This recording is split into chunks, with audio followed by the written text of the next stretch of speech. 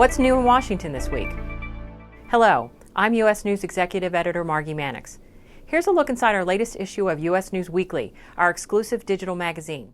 First up, healthcare reform and the tension between President Obama's call for quick action and congressional concerns that they just haven't found the winning formula yet. In the fourth primetime news conference of his presidency, Obama repeated his commitment and suggested some new flexibility on his call for a vote on health reform by August. U.S. News spoke with the president of the American Medical Association about the prospects and challenges of healthcare reform.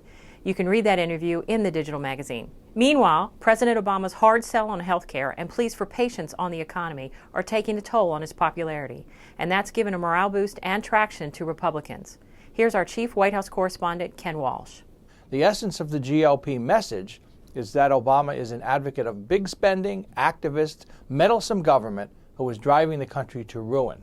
At his most recent primetime news conference, the president again made the case for overhauling the healthcare system, even as his overall job approval rating slipped to under 60% in most surveys. And Republicans are trying to work that to their advantage, heading into next year's midterm elections and down the road to 2012.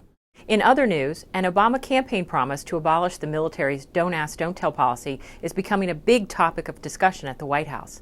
Pentagon officials tell U.S. News that Defense Department lawyers are looking for ways to soften the interpretation of that law, which bans openly gay men and women from serving. Many senior officials believe it will be repealed, and there's a movement in Congress to do just that.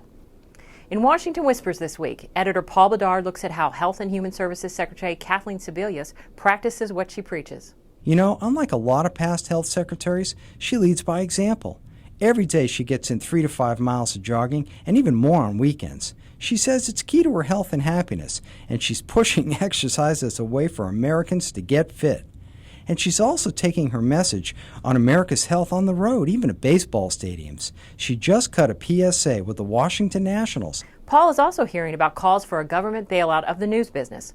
You'll find all these stories and more in our latest edition of U.S. News Weekly. You can download the magazine at usnews.com/subscribe. See you next week.